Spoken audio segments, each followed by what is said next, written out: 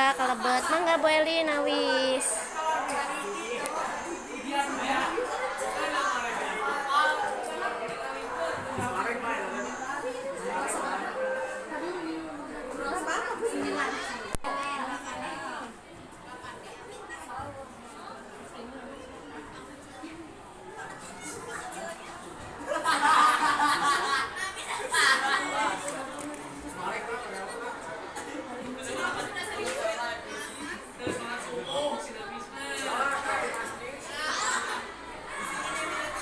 Enggak wilujeng Bu nawis.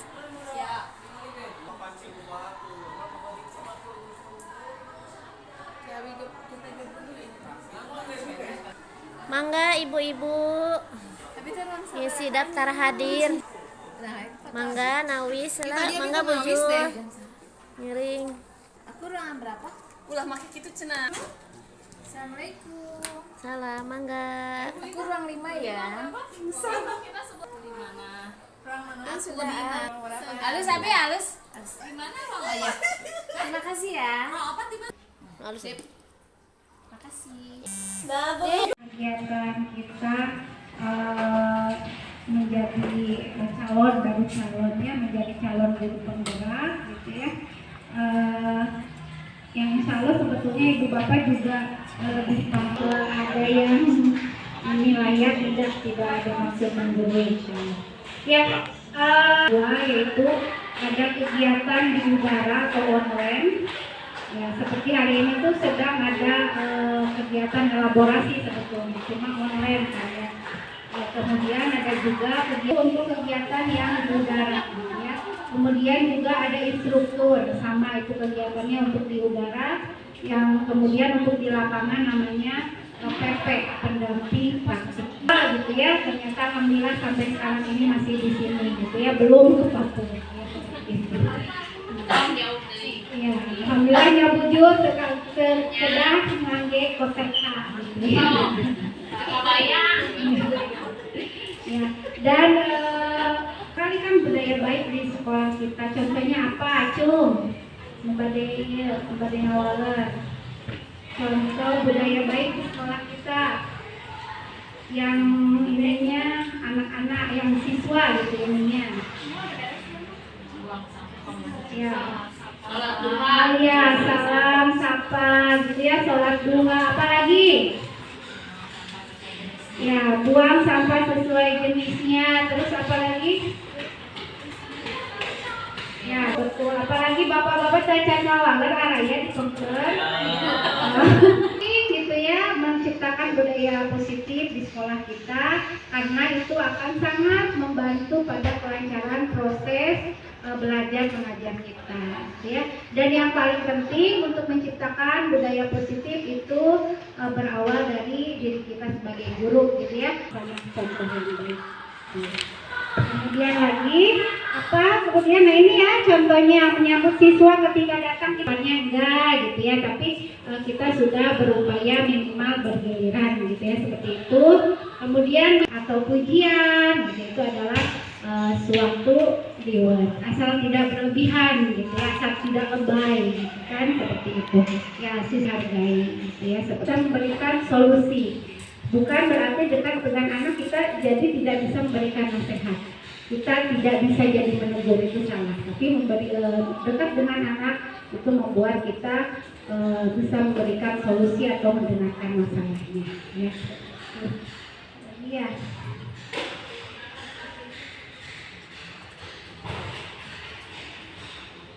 Nah, ini ya. Apa ada hubungannya menciptakan suasana positif? Ini sudah ya tadi kubusan. Assalamualaikum warahmatullahi wabarakatuh. Waalaikumsalam. Sekali lagi mohon maaf pada guru-guru kali ini.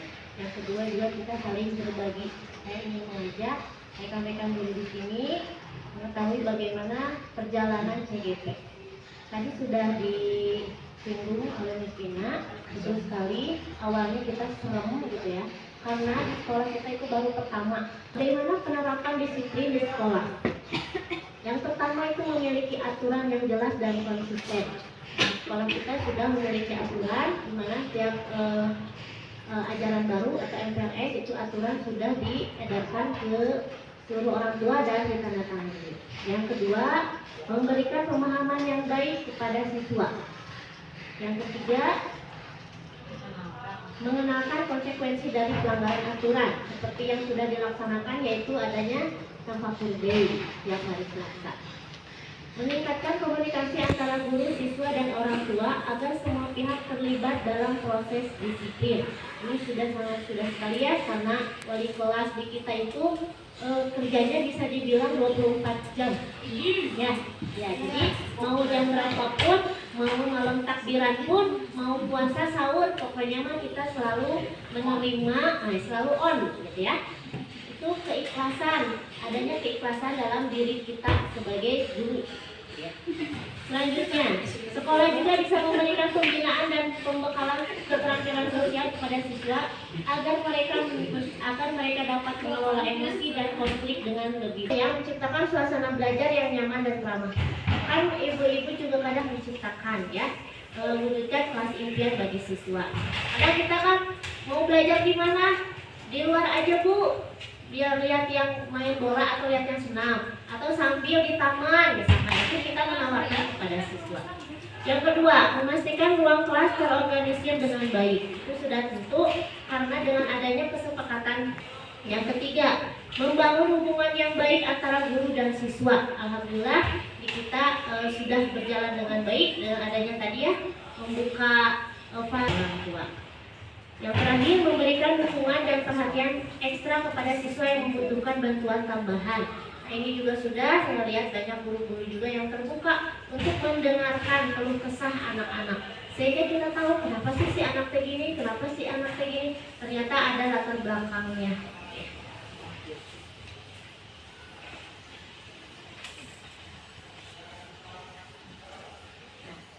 Itu lagi ya Ibu Bapak.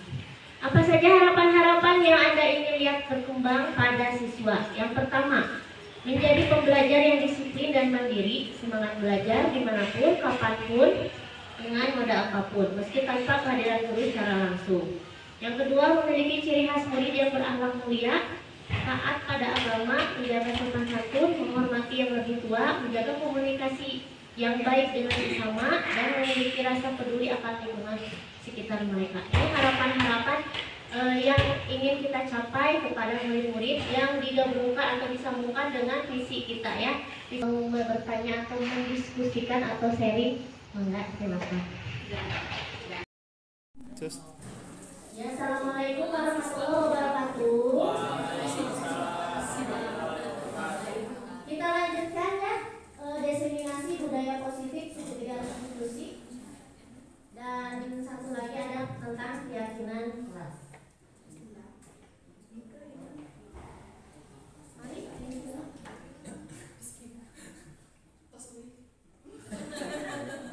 Ya, apa itu keyakinan kelas?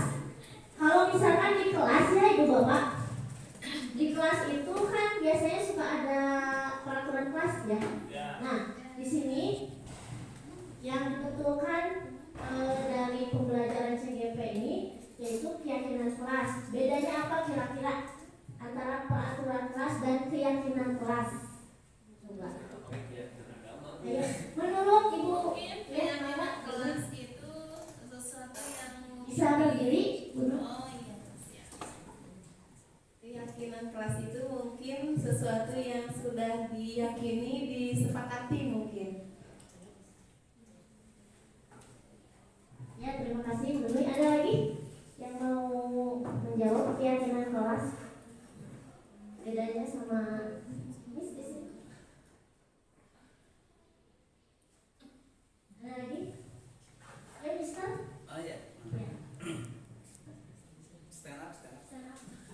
Baik, keyakinan kelas itu yaitu tadi selain kesepakatan dengan siswa itu bagaimana siswa berada di posisi di kelas itu untuk belajar sehingga guru pun memberikan ilmu itu dan memberikan sebuah keyakinan kepada siswa agar siswa yakin ketika proses pembelajaran itu bisa berlangsung dengan baik. Terima kasih. Harus kalian jawabannya Ibu Bapak ya. Ya, cukup doang saja, nanti ada pertanyaan berikutnya. Nah, keyakinan universal yang disepakati secara tersirat dan tersurat, lepas dari latar belakang suku, negara, bahasa maupun agama. Nilai-nilai kebajikan bahwa menekankan pada keyakinan seseorang akan lebih memotivasi seseorang dari dalam. Seseorang akan lebih tergerak dan bersemangat untuk menjalankan keyakinannya daripada hanya sekedar mengikuti serangkaian peraturan tertulis atau nah. Artinya gini Ibu Bapak, kalau peraturan kelas, teman-teman si anak misal dilarang bermain bola di kelas atau kelas saya sendiri ya, malah tambah gitu ya, kan baik ya Bu Santi.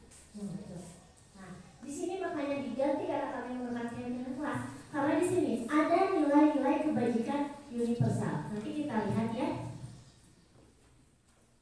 Kita lihat perbedaannya kawan-kawan.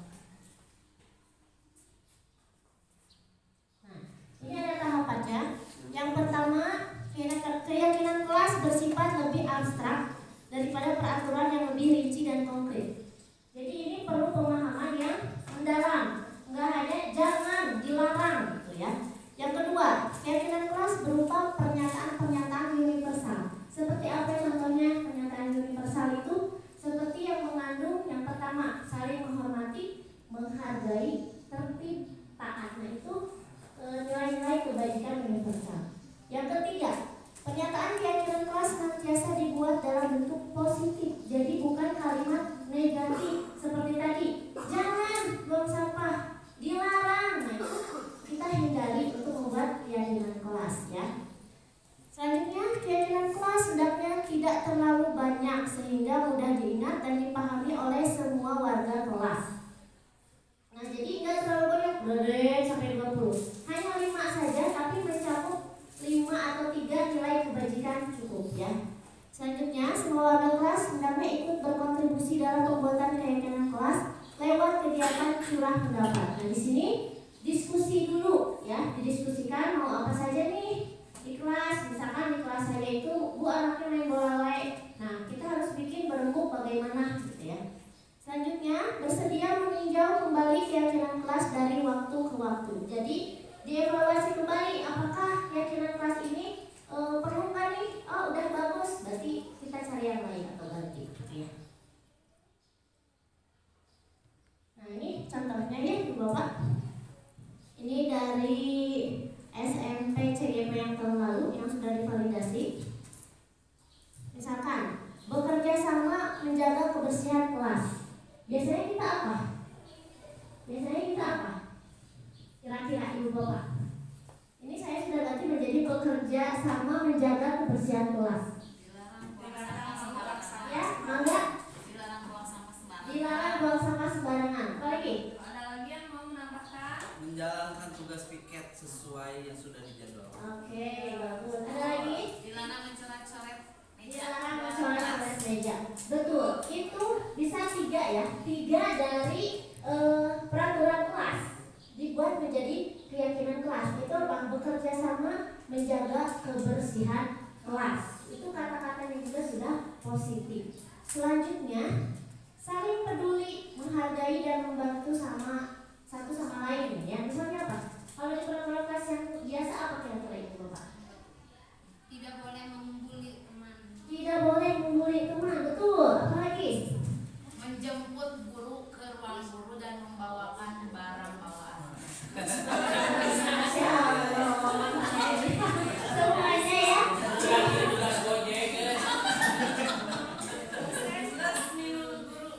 Iya, plus minum guru ya. Ada lagi?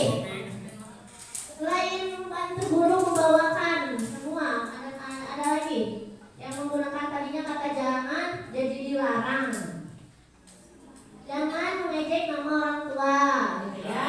Nah itu sering. Jangan berkata kasar. Itu kita include atau kita masukkan ke dalam keyakinan kelas yang ini. Selanjutnya, menjaga dan meletakkan barang sesuai tempatnya. Kira-kira ini apa? Sebelum saya ubah menjadi keyakinan kelas, peraturan kelasnya seperti apa kira-kira? Menjaga dan meletakkan barang sesuai tempatnya. Menyimpan barangnya pada loker yang sudah ditentukan. Menyimpan barangnya pada loker yang sudah ditentukan. Bisa. Ada lagi? Menyimpan sandal pada rak sandal.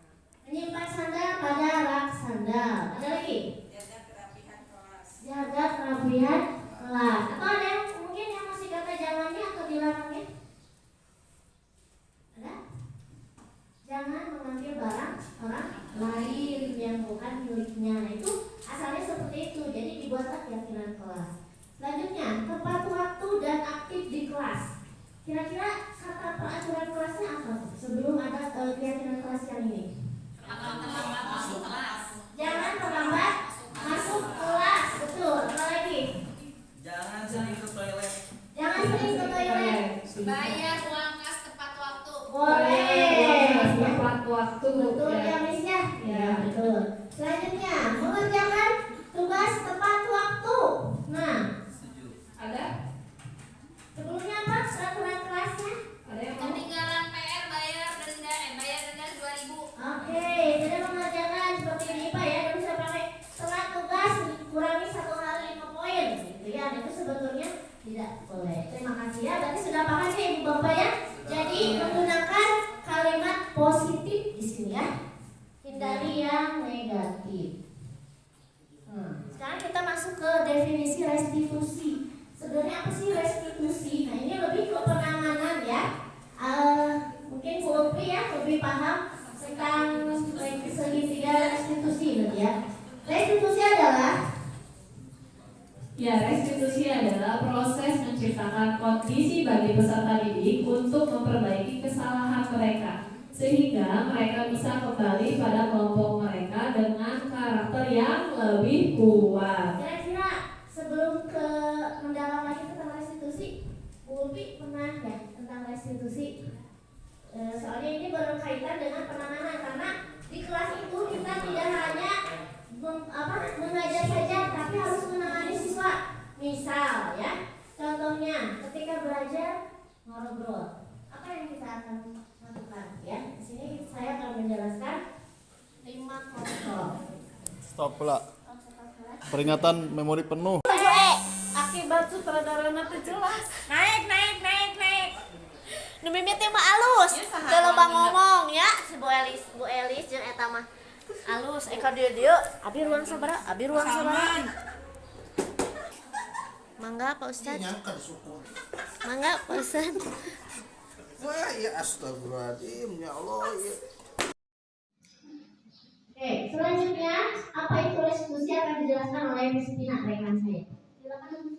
Ya, restitusi itu menurut Jan Rosen dalam bukunya Restitution School Discipline tahun 1998 mengemukakan bahwa guru perlu meninjau kembali penerapan disiplin di dalam ruang-ruang kelas mereka selama ini. Apakah telah efektif? Apakah berpusat, memerdekakan dan memandirikan murid? Bagaimana dan mengapa? Melalui serangkaian riset dan berdasarkan pada teori kontrol Dr. William Weiser, dosen berkesimpulan ada 5 posisi kontrol yang diterapkan. Posisi kontrol tersebut adalah penghukum, pembuat rasa bersalah, teman, pemantau, dan manajer. Ya, selanjutnya nih. Ya, di sini ya. Jadi di sini kita sebagai restitusi ya. Jadi pasti kita sebagai pemimpin pembelajaran di sini. Ada 5 kontrol. Yang pertama penghukum.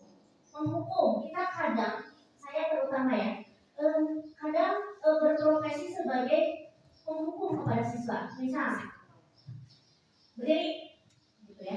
Berdiri langsung. Kenapa? Ngantuk. Ajaib. Gitu. Nah itu sebagai penghukum, gitu ya. Yang kedua sebagai teman, didekati dengan candaan. Ih, kamu teh kenapa merepet makanya, gitu ya. Ngantuk ya. Nah itu didekati sebagai teman. Yang ketiga memantau. Ini hanya memantau. Udah tahu di ujungnya ngobrol wae ya. Anissa sama Upi itu ngobrol terus ya. Tapi hanya memantau saja, melihat, gitu ya. Tidak menegur atau sampai menghukum, gitu ya. Selanjutnya sebagai pembuat rasa bersalah. Nah ini, kamu jangan ngobrol aja, nanti ibu ditegur kepala sekolah. Nah harusnya si Bu Santi, gitu ya. Jadi saya Bu Santi gara-gara saya ditegur sama kepala sekolah karena ngajarnya tidak betul. Jadi si anaknya masih bersalah, gitu ya. Yang terakhir sebagai manajer. Nah ini yang paling penting ya. Yang paling bagus di antara 5 kontrol ini itu adalah sebagai manajer, di mana kita jika ada terjadi seperti itu kita tidak harus menjudge anak itu. Kita panggil, misalkan ada anak yang pastikan anak membacakan gitu ya. Nah itu saling menyuruh. Nah kita sebagai manajer itu menjadi posisi tengah, menengahi bagaimana. Nanti ada misalnya contoh kasusnya ya. Nah ini yang tadi ya sebagai hukum. Di sini ada nada suaranya tinggi, bahasa tubuh, mata melotot, dan jari menunjuk-nunjuk seperti tadi.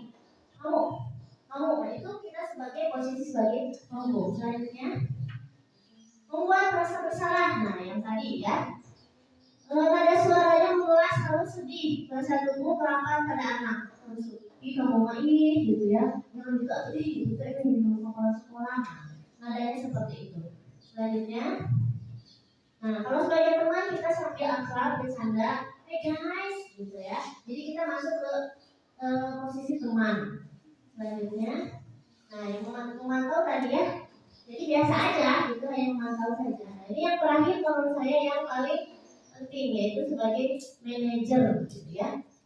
Nah di sini, nah ada yang disebut dengan segitiga restitusi. Maka dilanjut segitiga restitusi. Ya, selanjutnya adalah segitiga restitusi. Jane Gosen dalam bukunya Restitution itu telah merancang sebuah tahapan untuk memudahkan para guru dan orang tua dalam melakukan proses untuk menyiapkan anaknya untuk melakukan restitusi bernama segitiga restitusi, ya, atau biasa disebut dengan restitution triangle. Nah, di sini ada segitiga restitusi. Yang pertama ada menstabilkan identitas, yang kedua menanyakan keyakinan, yang kedua validasi kebutuhan dan menanyakan keyakinan. Kira-kira ibu bapak pernah ada pengalaman nggak di kelas ada yang membuat gak nyaman pada siswa? Secara singkat saja, silakan. Ya boleh, siapa yang mau bercerita di kelas? Ada kendala, nanti bagaimana cara mengatasinya, ya sekalian. Secara singkat saja.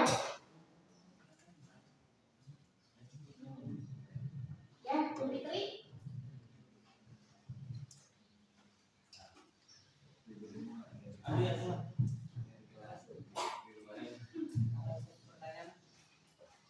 Pengalaman. Bentar ya Pak. Pengalaman saya waktu itu ketika menghadapi anak yang dijauhi sama teman-temannya. Jadi anak tersebut itu menurut saya sebenarnya bagus sebenarnya, cuma karena nggak tahu ada penilaian apa dari kelompok anak itu sampai menjauhi anak tersebut. Jadi waktu itu sama saya coba ketika di pelajaran saya dikumpulkan, apa sih masalahnya sampai kamu nggak mau berkelompok sama si A? Apakah kamu punya kelebihan? Apakah kamu punya kekurangan? Coba kamu lebihnya apa sih dari anak itu sampai kamu nggak mau mendeketin anak itu gitu. Padahal kan kita di sini sama sekolah bareng, kita di sini mencari ilmu bareng gitu. Kenapa sih harus membeda-bedakan teman? Jadi ketika itu sama saya dikumpulkan anak-anaknya, kita cari permasalahannya apa, lalu kita kasih solusi. Jadi saya memberi pandangan ke anak-anak, jangan sampai loh kita membeda-bedakan anak itu karena mungkin gitu ya, pemikiran anak itu karena dia bodoh lah, dia nggak bisa ngerjain buat kanva, terus dia nggak mau kerja kelompok gara-gara rumahnya jauh. Jadi hilangkan rasa-rasa egois menilai anak, jangan sampai kita menghindar, jangan sampai kita memblok si anak itu, saya nggak mau berteman sama dia gitu. Jadi kalau pengalaman saya waktu itu kayak gitu sebenarnya. Ya, terima kasih ya Bu Fitri sudah berbagi pengalamannya di kelas tadi tentang segitiga restitusi.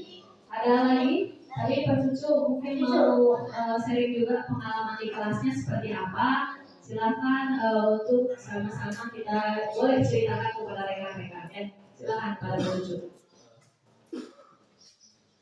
Yang saya alami ketika pembelajaran di kelas, saya sering ngomong ya Bu, ada anak yang setiap pembelajaran itu di pembelajaran apapun dia itu bermain, tidak sering memperhatikan.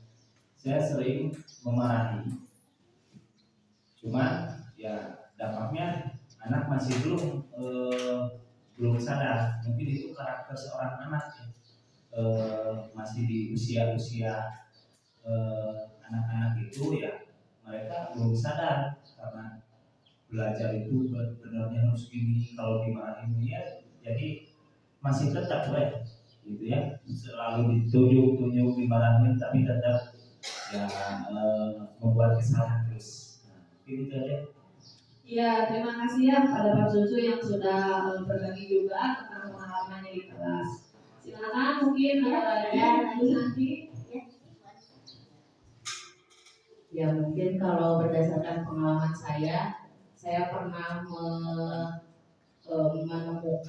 menemukan seorang siswa yang ada masalah di rumahnya gitu ya, sampai terbawa ke sekolah, seperti jadi suka tidur di sekolah di kelas gitu, atau malah menjahili teman-temannya yang lain gitu, ternyata ada masalah di rumahnya.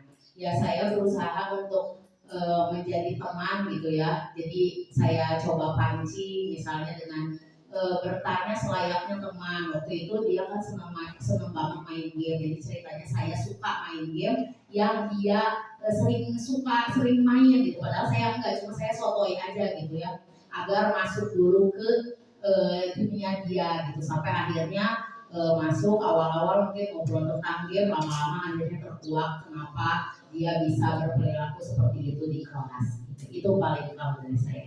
Ya, terima kasih juga ya kepada Bu Anissa yang sudah menceritakan pengalaman di kelasnya tentang tadi segitiga restitusi. Ya, betul sekali ya. Dari ketiga kasus ya, ini saya bilangnya kasus karena begitu banyak sekali ya fenomena yang terjadi di kelas gitu ya. Tergantung kita sebagai kontrol yang mana. Kira-kira yang tadi Bu Fitri lakukan sebagai kontrol yang restitusi yang mana kira-kira menurut Ibu Bapak? Antara 5 tadi ada menghukum, memantau, membuat rasa bersalah, teman, dan manajer. Kira-kira Bu Fitri yang mana? Manajer, betul ya, karena mengklarifikasi dulu, tidak langsung, Bu, aku nggak mau nih sama ini, karena si ini kan saya udah dicetak bodoh. Nah, nggak seperti itu, tapi mengklarifikasi, ngasih pengertian ke anak-anak yang bermasalah tadi.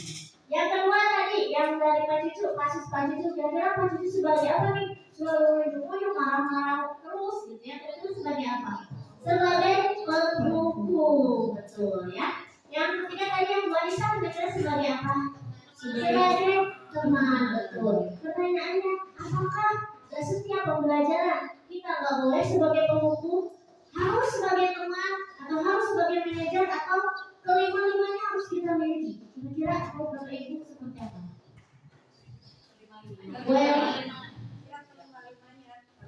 Memang kadang-kadang kondisi di dalam kelas itu kan kadang-kadang kan selalu kejadian seperti itu terus, tergantung kasusnya dan tergantung cara menangani anak, atau anak itu sukanya di apa gitu. Ya kan mungkin ada yang sukanya memang lebih macam dia caranya dihukum, atau caranya dia ingin gitu. Jadi bagaimana kita punya taktik kalau rasa sundaman saya dengan terlalu terbenar. Ya mungkin. Ya, Putri, Anda. Mungkin kalau misalkan saya sebagai guru BK, kelima ini tuh kelima kontrol restitusi ini dilakukan gitu. Misalkan dalam satu kasus anak aja, misalkan ya tadi apa? Ya, jadi kan ada satu anak nih yang melakukan kesalahan, yang melakukan pelanggaran sanksi, jelas ya ada hukuman yang jelas. Kalau di sekolah kita kan ada tafakur gitu. Nanti setelah, apalagi kalau misalkan ternyata kasusnya itu kasus yang berat dan sampai harus SP1, itu jelas ada hukumannya. Terus nanti biasanya saya juga sebagai teman, saya tanya, kamu tuh kenapa tuh berbuat seperti ini, kayak gitu. Terus sampai saya juga ya ngobrol dengan teman-temannya gitu, maksudnya tolong dong dibantu nih si A kayak gitu, bantu gimana biar dia tuh bisa berubah, biar bisa lebih kondusif lagi nih, baik di kelas ataupun di luar kelasnya. Tolong dibantu ya biar dia itu bisa lebih apa ya istilahnya, bisa lebih percaya diri, atau misalkan tidak lagi melakukan kesalahan yang sudah dilakukan. Terus pemantauan juga saya lakukan, maksudnya saya lihat juga nih perubahan dia selama, kalau sama saya kan sama BK ada pembinaan. Nah kadang saya juga suka nih membuat si anak jadi pembuat rasa bersalah. Kadang kalau pembinaan saya juga suka mengeluhkan gitu, kamu teh gak capek gitu pembinaan terus sama ibu, tahu nggak ibu teh sampai harus mengorbankan istirahat pertama ibu lo, harus pembinaan sama kamu. Nah mungkin kayaknya kelima ini tuh emang harus, bukan harus, yang mungkin saya terapkan ini ya sebelum saya tahu ini ternyata secara tidak sadar saya sudah melakukan kelimanya ini. Dan menurut saya itu kayaknya ideal sih gitu, asal kelimanya ini dilakukan secara seimbang gitu. Jadi gak dengan menghukum terus tanpa barengi dengan memposisikan kita sebagai temannya, mungkin begitu sih. Ya, terima kasih ya Bu Fia. Kemudian selanjutnya, Ya betul sekali ya. Jadi betul sekali. Jadi posisi kontrol ini kita bisa terapkan sesuai dengan kasus. Pada dasarnya kita sudah melakukan seperti itu, tapi mungkin teorinya itu baru kita dapatkan hari ini. Jadi ya mudah-mudahan bisa bermanfaat teori keyakinan kelas dan ketiga restitusi ini, dan bisa diterapkan oleh ibu bapak. Saya mengajak sebagai CGP, saya dan Miss Tina mengajak ibu-ibu dan bapak-bapak rekan-rekan sejawat sebagai pemimpin pembelajaran yang bergerak, tergerak, dan menggerakkan. Terima kasih atas waktunya. Assalamualaikum warahmatullahi wabarakatuh.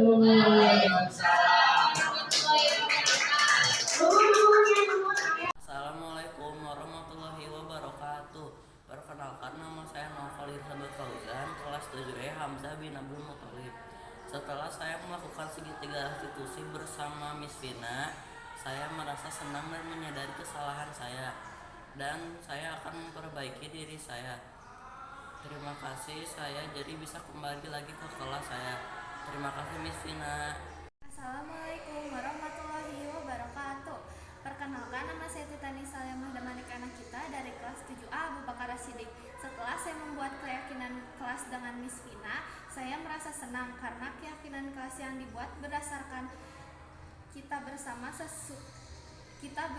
siswa-siswa kelas 7A, dan kata-katanya positif yang membuat kelas kita jadi nyaman dan kompak tanpa harus maksa-maksa lagi, terutama ke anak laki-laki